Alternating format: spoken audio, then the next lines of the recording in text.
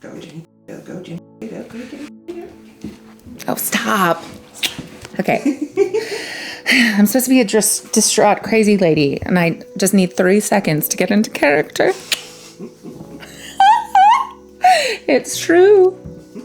It's sad, but very true. We are insane enough that we might try and record more, even though that put us in basically a sweat lodge. Hi, this is Gathering Paradise with Jenny O'Neill. We are so glad to spend time with you. We decided we would record a 4th of July poem, and you might not know this one. It is by the great genius Allen Ginsberg. He was gay, hung around with all of the famous Beat generation writers, William S. Burroughs, of course, Jack Kerouac, Neil Cassidy, all of the people. You'll definitely get exactly how disruptive he was as a person and as a poet just through this poem. We're giving you today an excerpted version of the poem. In full, it is its own beautiful majesty.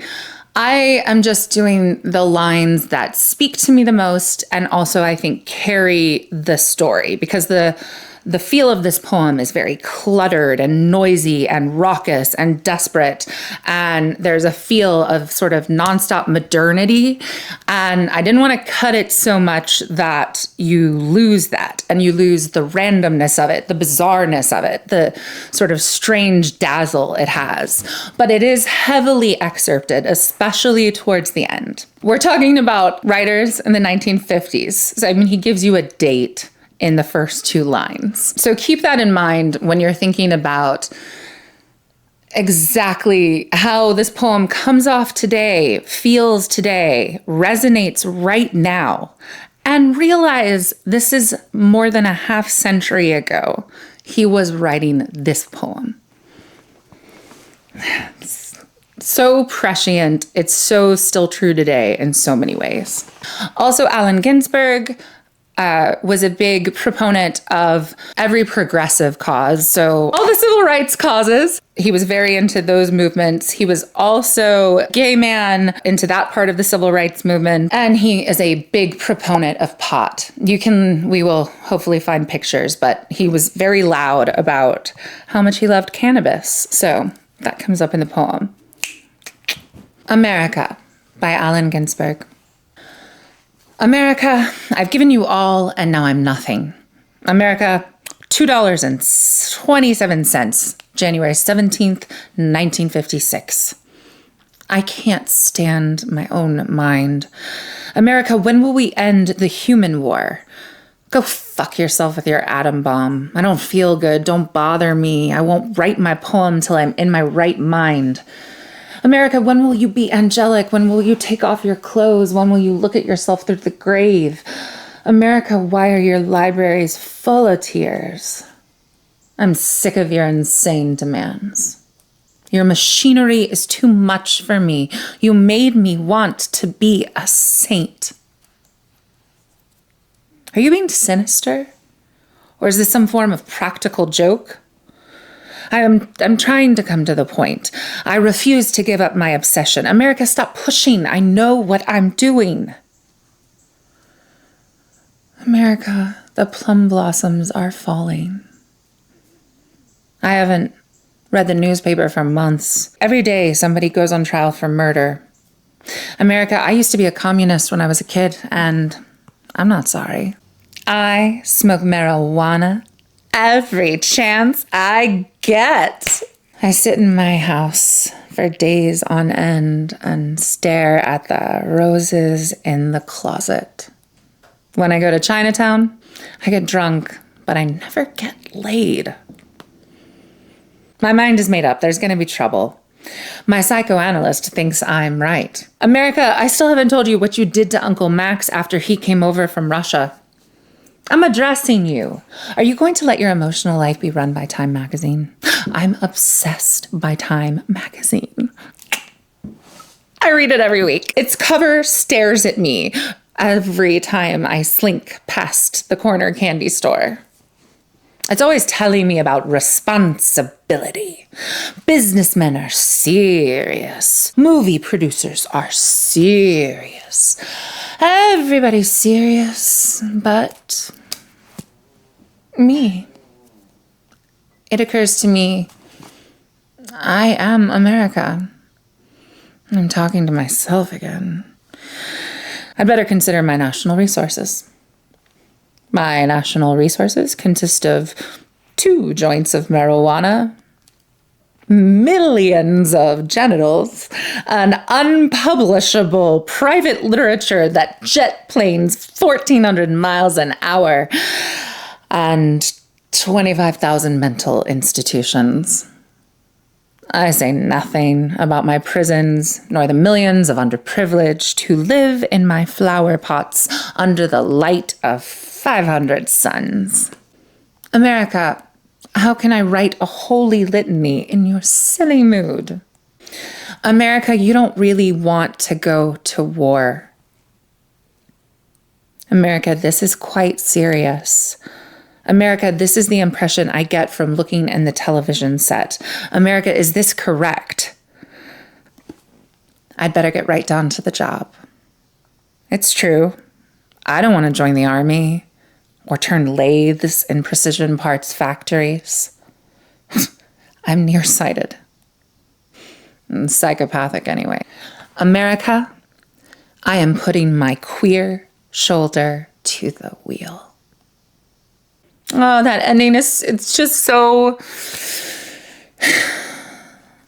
it's so beautiful. He's walking this line of inversion, perversion, distortion, questioning, critical thinking, self-criticism. It's just scattershot of facts, feelings, emotions, questions, ironic questions, sincere, absolutely sincere questions. So you get this onslaught. This poem is rushing. It's like a train, not like a train because it's not linear, but there's a frenetic, hasty, intrusive quality to the poem. It's like being inside of a busy brain in a busy world, overstimulated, underconnected. The listing of incongruous objects, details, places, stories, thoughts, assertions, it's all thrown at you. The poem almost has a sort of Jackson Pollock feel of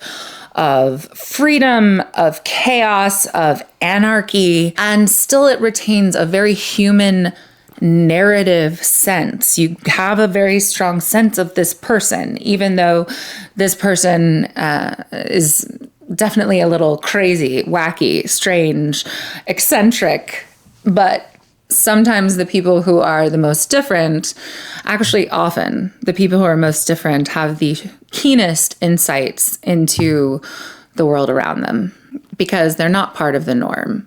So they can much more clearly see it outlined and illuminated in the world around them. Had he been straight, he might not have been so open and so full of a search to understand better what makes a human a worthy human being, because his sexuality wouldn't be questioned. He would be part of the heteronormative majority, straight male. It adds a layer of necessary depth to be a minority and to survive in the majority's world. Now, are there different...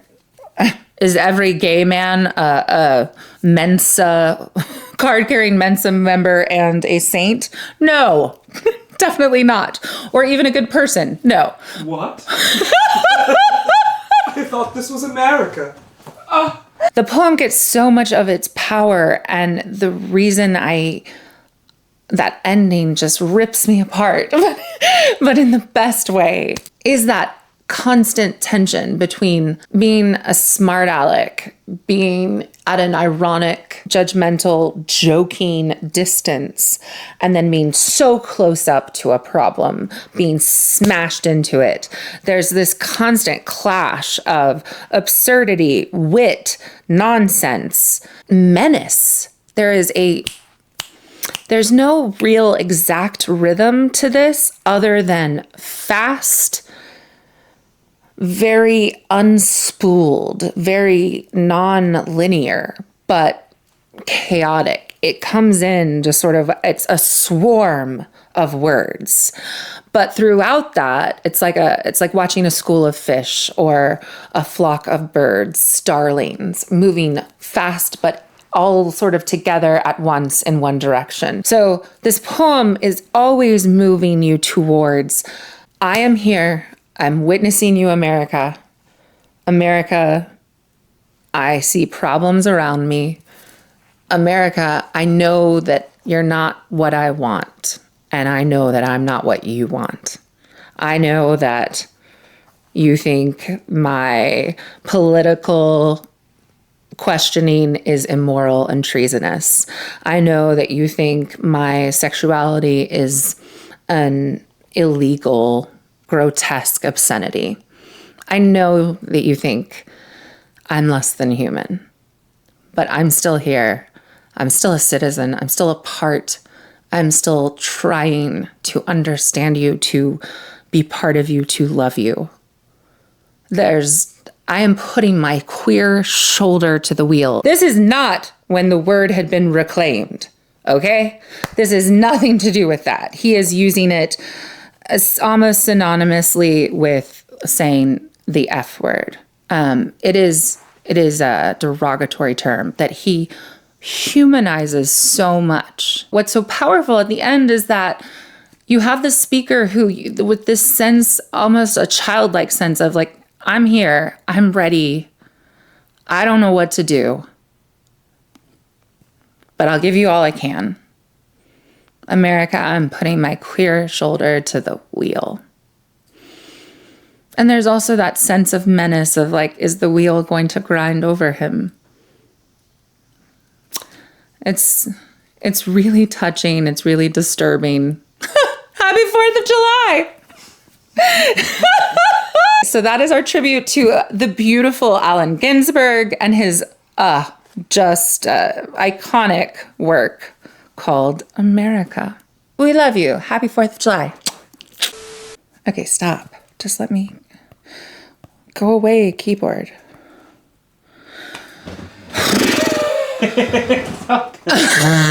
It's just this button down here. Okay. Yeah. Maybe that'll sink in. I don't know. Also, that was a live recording of my total technology frustration tolerance level. I get defeated so easily. It makes me think I don't have a strong character. Okay, no, be still. Okay. I will not be defeated. Invictus. Oh, Chandler, I got it to work. Oh, look at that. All by myself. Growth mindset, baby. Okay. Oh, don't go away. All right. Are all the lights on? Yes. Are the lights on? Mm-mm. Keeps getting clumpy.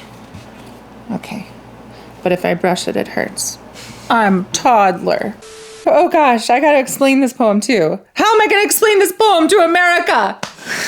America will not understand you, Alan / Jenny / Chandler / iPad. That won't work with me. Okay, here we go. Come on, here we go. I'm gonna feel like a prize fighter, and that's gonna get me in this poem ready. I keep doing the thing, but I'm not doing the thing. I learned. Boom, here we go.